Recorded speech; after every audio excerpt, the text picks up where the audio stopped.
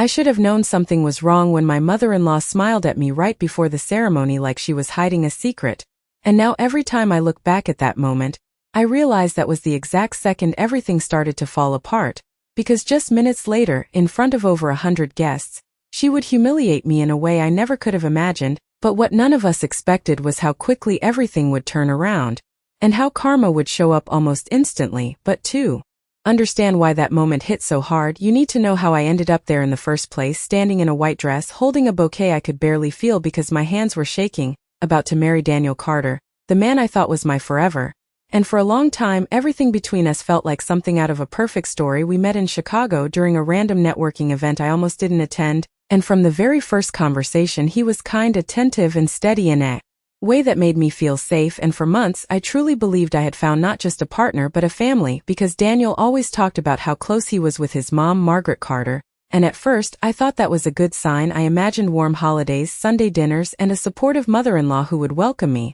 But the first time I met Margaret, something felt slightly off, nothing obvious, nothing I could point to, just a tone, a look, a pause before she answered me, like she was carefully choosing her words, and I brushed it off because I wanted everything to work. I told myself I was overthinking, that maybe she just needed time, but as the months went by, those small moments started to add up. She would make comments that sounded polite on the surface but left me feeling uncomfortable, like when she said, "Oh, Daniel usually dates a different type of girl," or when she'd correct little things about me in front of others, always with a smile, always subtle enough that no one else reacted, and Daniel never seemed to notice, or maybe he just didn't want to. And I convinced myself it wasn't a big deal because every relationship has challenges, right? And when Daniel proposed, I thought that was the turning point. I thought Margaret would finally accept me, especially when she hugged me and said she was happy for us. But even then, something about her tone didn't match her words, and still I ignored it because I was focused on the wedding, on building a future, on believing that love would smooth everything out. And for a while, it almost felt like it was working. Margaret became more involved, helping with planning,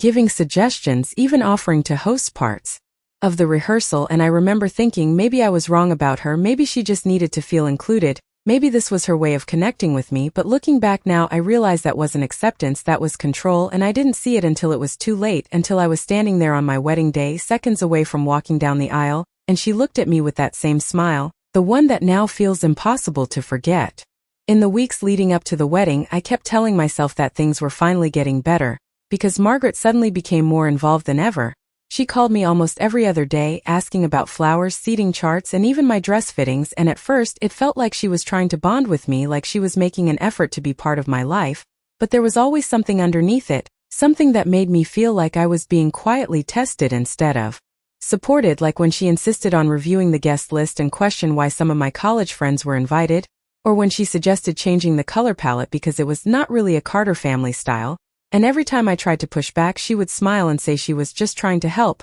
which made me feel unreasonable for even feeling uncomfortable. And Daniel, he kept telling me to be patient, that his mom just liked things a certain way, that she would come around. And I wanted to believe him so badly that I started ignoring my instincts, even when they were practically shouting at me. And then came the rehearsal dinner, which should have been simple and warm, but instead felt like a performance I was not fully invited into. Margaret gave a toast that sounded sweet at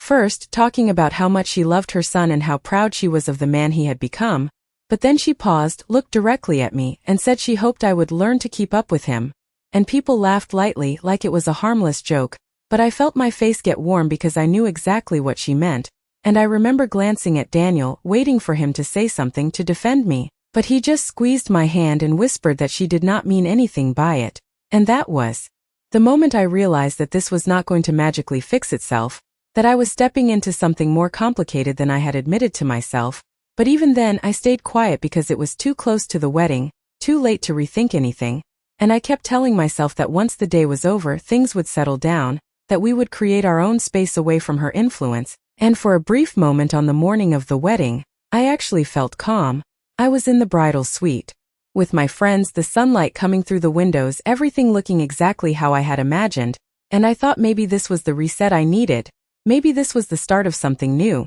But then Margaret walked in without knocking, holding a cup of tea, and she looked around the room like she was inspecting it, her eyes lingering on my dress, on my shoes, on every detail, and she said, "I just wanted to see how everything turned out," in that same tone that always made me second guess myself and my friends went quiet, sensing the tension, but I forced a smile and thanked her, trying to keep things peaceful, and she stepped closer, close enough that I could smell the tea, and for a second everything slowed down because her expression changed. It was subtle, but it was there, like the mask slipped just enough for me to see something colder underneath. And that was when I realized that whatever was about to happen, it was not random, it was not a misunderstanding, it had been building this entire time. And I was standing right in the middle of it without any way to step out. She set the cup down on the table beside my makeup bag like it belonged there, like she had every right to be in that space, and then she looked at me through the mirror instead of directly, which somehow felt worse, and she said that everything looked beautiful, but then added that weddings have a way of revealing what people are really made of,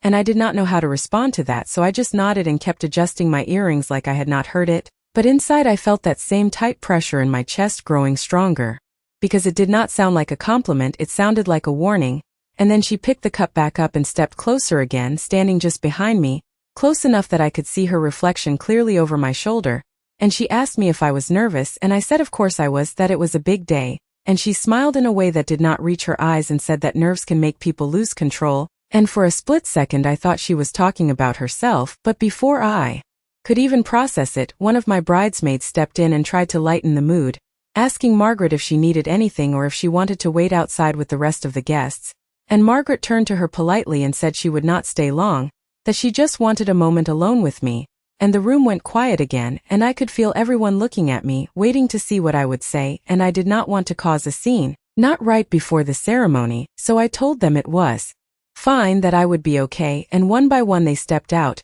leaving the door slightly open behind them, and suddenly it was just the two of us, the silence heavier than anything she had said so far. And I turned around to face her, finally meeting her eyes directly, and I asked her if everything was okay, and she tilted her head slightly like she was considering the question, and then she said that she just wanted to make sure I understood what I was stepping into, that marrying into their family was not something to take lightly, and I told her that I loved Daniel and that was what mattered, and she let out a soft laugh that felt more dismissive than amused, and she said love is easy at the beginning, but respect is what lasts, and then she looked at my dress again slowly from top to bottom, and added that appearances can be deceiving, and at that point I could feel my patience starting to slip, because it was my wedding day and instead of support I was being questioned, judged, and subtly undermined, and I told her as calmly as I could that I was not trying to replace her or compete with her, that I just wanted to build a life with her son, and for a moment something in her expression changed, not softer but sharper, like I had said something that confirmed what she already believed, and she took a small step closer, holding the cup in her hand, and said that some people think they deserve a place they have not earned, and that was when I realized this was not about misunderstanding or personality differences, this was something deeper. Something she had decided long before today, and I felt this sudden clarity, like everything finally made sense, every comment, every look, every moment I had tried to explain away, and I opened my mouth to respond, to stand up for myself in a way I had not before. But before I could say anything, she shifted her grip on the cup and leaned slightly forward, and in that exact second, I knew that whatever was about to happen next would change everything, not just for the day, but for what came after it. For a fraction of a second everything felt completely still, like the air in the room had thickened, and I could see her hand tighten around the cup just slightly, not enough for anyone else to notice if they had been there, but enough for me to understand that whatever she was about to do was intentional. And then she said in a low, controlled voice that some lessons have to be learned the hard way, and before I could fully process what she meant, her wrist tilted forward just enough for the tea to leave the edge of the cup, and I instinctively stepped back, my heart jumping into my throat, and while I will not describe what happened in detail, what mattered was the shock of it, the complete disbelief that something like this could happen in that moment, in that place, on a day that was supposed to be about celebration, and I froze not because I did not want to react but because my brain could not catch up to what had just happened, and for a second I just stood there staring at her, trying to understand how someone could go from polite smiles to something so calculated in a matter of seconds, and what made it worse was her expression afterward. Because she did not look surprised or apologetic, she looked calm, almost satisfied, like she had just confirmed something to herself. And that was the moment the door behind us pushed open and my bridesmaids rushed back in, their faces shifting instantly from confusion to shock as they took in the scene, voices overlapping, asking what happened, if I was okay, if something went wrong, and I could not even answer them right away because I was still trying to find my voice, and Margaret turned toward them with that same composed demeanor and said it was an accident, that she had lost her balance for a second, and if I had not been there, if I had not seen the way she moved, the way she spoke just seconds before, maybe I would have believed her, maybe I would have convinced myself it was just bad timing, but I knew better, and the hardest part was that everyone else wanted to believe her version because it was easier, because it fit the idea of a perfect wedding day better than the truth did. And one of my friends quickly grabbed towels, another checked on my dress, trying to fix what could be fixed, and all around me there was movement, concern, urgency, but inside I felt strangely still, like something had shifted permanently. And I looked at Margaret again, really looked at her, and for the first time I did not see someone I needed to impress or win over. I saw someone who had already decided who I was long before today, and I realized that nothing I did would ever change that. And just then, Daniel appeared at the doorway, clearly drawn by the sudden noise, his expression confused at first, then tightening as he looked between me and his mother, trying to piece together what had happened. And I could see the moment where he had to choose how to respond, where everything we had built together met the reality of who his mother was and how she treated me. And I held my breath without even realizing it, waiting, because whatever he said next would not just explain the situation, it would define everything that came after. Daniel stepped fully into the room, his eyes moving quickly from my face to the dress, to the towels in my friend's hands, and then finally to his mother, and I could see the confusion on his face shift into something more serious, like he understood that whatever had just happened was not small. And he asked what was going on, his voice steady but tense, and before I could say anything, Margaret spoke first, calm and composed, saying that it was just an accident, that she had tripped slightly and spilled her tea, and she even added that she felt terrible about it, placing a hand lightly against her chest like she was the one who needed reassurance. And for a moment, the room seemed to lean in her direction, because her explanation was simple, clean, and easy to accept, and I watched Daniel process her words, saw him glance at me like he was trying to match what he was seeing with what he was hearing, and I realized that this was exactly how she operated. She created just enough doubt to make the truth harder to hold on to, and I felt this wave of frustration rise in me, not loud or explosive but steady and undeniable, because I knew if I stayed silent, this would become the story everyone believed, and I would carry it with me long after the day was over. So I took a breath and said that it was not an accident. And the room went quiet in a different way this time, sharper, more focused, and Daniel looked at me again, more directly now, like he was really listening. And I told him that she had warned me just seconds before, that she had been speaking in a way that made it clear something was coming, and I could see the conflict in his eyes, the part of him that wanted to trust his mother and the part that could not ignore what I was saying. And Margaret let out a small sigh like she was disappointed and said that I was overreacting, that nerves were getting the best of me, and that it was understandable given the pressure of the day. And that was when something inside me shifted again, because it was not just what she did, it was how easily she dismissed me afterward, how quickly she tried to turn my reaction into the problem, and I realized that this was not just about a single moment, this was a pattern that would continue if I allowed it. And Daniel stepped closer, his voice quieter now, asking me if I was sure, and I looked at him and said yes, because I was completely, and for a second everything seemed to hang there, waiting for him to decide what to do with that truth, and I could feel every eye in the room on us, even from the hallway where a few guests had started to gather, drawn by the tension. And then Daniel turned toward his mother, and his expression changed in a way I had not seen before, not angry, not loud, but firm, and he asked her directly if what I said was true, and she held his gaze for a moment before looking away slightly, just enough to break the connection, and that tiny movement said more than anything else could have, because it was the first time she did not have a clean answer ready, and I saw Daniel notice it too, saw the realization begin to settle in, slow but undeniable, and in that moment, I understood that whatever happened next would not just determine how the rest of the day unfolded, it would decide what kind of life I was about to step into, and whether I was willing to accept it or not. Margaret did not answer right away, and that silence stretched longer than anything she had said all morning, long enough for everyone in the room to feel it, long enough for the truth to start settling in without needing to be spoken out loud. And Daniel kept his eyes on her, not raising his voice, not stepping back, just waiting, and I could see how unusual that was for him, because up until now he had always been the one smoothing things over, the one explaining her behavior, but this time, he did not rush to fill the gap. And Margaret finally let out a breath and said that she did not appreciate being accused on such an important day, that she had only been trying to check on me,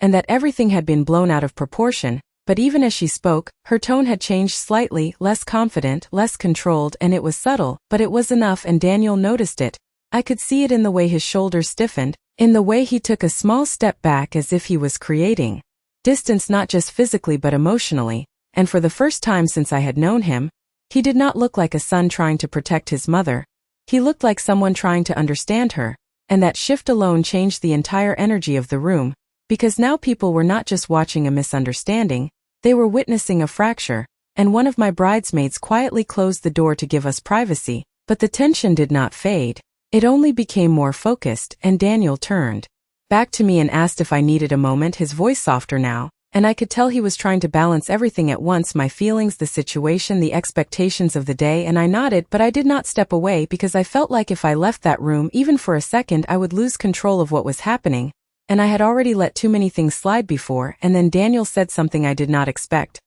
He told his mother that regardless of how it happened, what mattered was how I felt, and that right now I was clearly upset, and instead of dismissing that, it needed to be taken seriously. And Margaret's expression tightened again, not in shock but in irritation, like she was not used to being challenged, especially not by him, and she said that she was being treated unfairly, that she had done nothing wrong, and that she would not stand there and be blamed for something that was clearly an accident. And for a second I thought we were about to go in circles, that this would turn into the same pattern again. But then Daniel shook his head slightly and said that it did not feel like an accident, not anymore, and those words landed heavily, not because they were loud but because they were final, and I felt something inside me release just a little, not relief exactly but recognition, like I was not alone in seeing what had happened. And Margaret looked at him as if she was seeing him differently for the first time, like she had expected him to stay in his role and he had stepped out of it. And that was when the balance of the situation shifted completely, because it was no longer just me against her, it was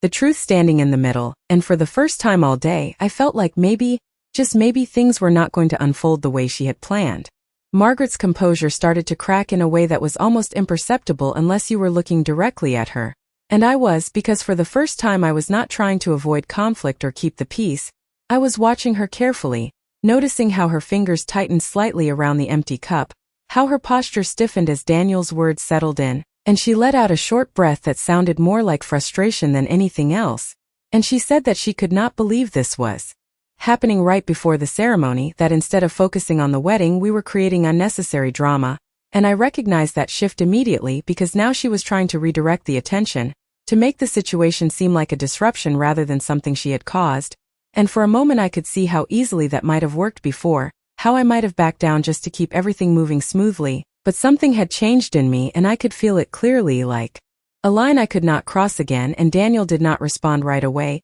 He just looked at her, really looked at her. And then he said that the wedding could wait a few minutes, that what mattered right now was understanding what had just happened, and that response seemed to unsettle her more than anything else, because it showed that he was not going to rush past this, and the control she had been holding onto was slipping, and she took a step back, creating a small distance between herself and both of us, and said that she refused to be interrogated, that she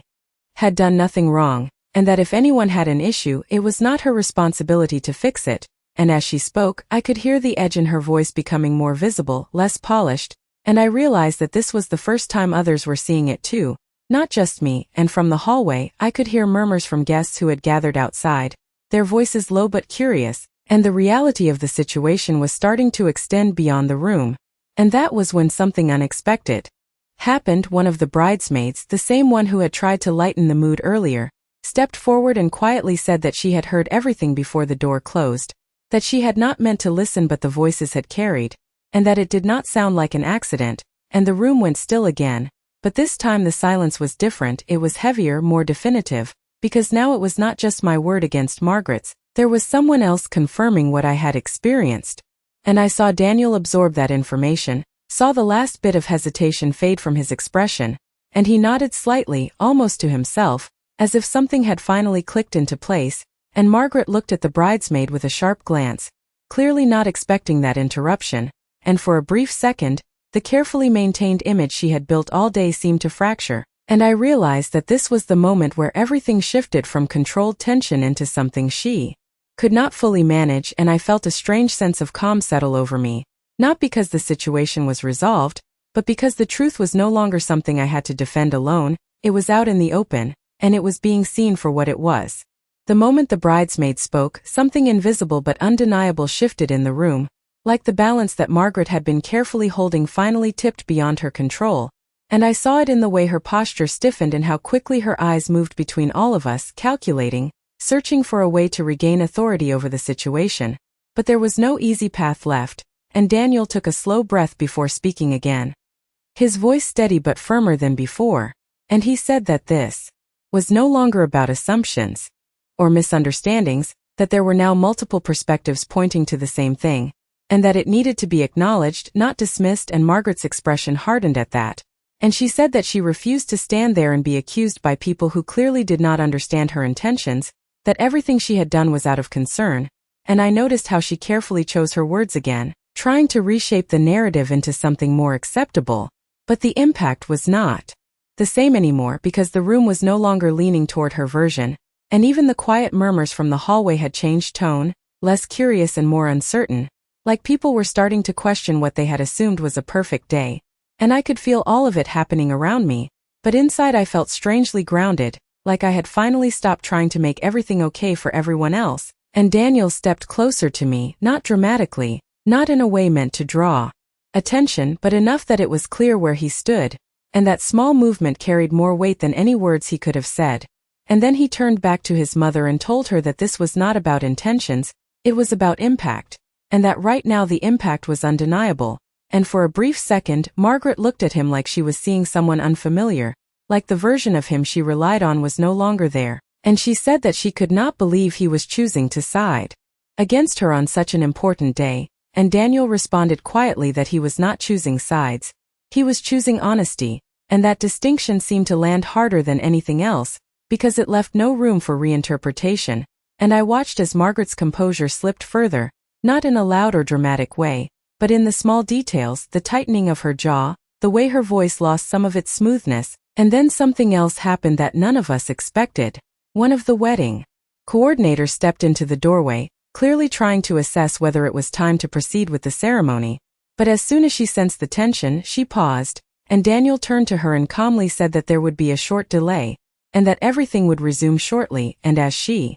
nodded and stepped back, I realized that the day was no longer following the script anyone had planned, and yet for the first time since the morning began, I did not feel like I was losing control. I felt like I was finally standing in it, fully aware, fully present, and Margaret, seeing that she was no longer directing the situation, let out a sharp breath and said that she needed some air, and without waiting for a response, she moved toward the door, but as she passed Daniel, he said her name not loudly but firmly enough to stop her for a second, and he told her that this conversation was not over, that they would address it properly, and she paused just long enough to acknowledge that she had heard him before continuing out, and the room fell into a quieter kind of tension, one that felt less chaotic and more decisive, like something had been set in motion that could not be undone, and I stood there, surrounded by people, yet focused on one thing only, the realization that whatever came next was no longer about trying to keep peace at any cost. It was about what kind of life I was willing to accept moving forward. For a few seconds after Margaret left the room, everything felt unusually quiet, like the tension had not disappeared but had settled into something more stable, something we could finally process, and I became aware of my own breathing again, slow and steady, as if my body was catching up to everything that had just happened, and Daniel turned toward me fully this time, his expression no longer conflicted but clear, and he asked me softly if I was okay, and I could tell that this question was different from before. It was not about smoothing things over or moving past the moment, it was about actually hearing the answer, and I took a breath and told him the truth, that I was shaken but I was also certain about what I had seen, certain about how I felt, and certain that I could not pretend it had been nothing, and he nodded slowly like he understood that this was not just about the incident itself, but about everything that had led up to it, every comment, every look, every moment I had tried to explain away, and he said that he should have seen it sooner,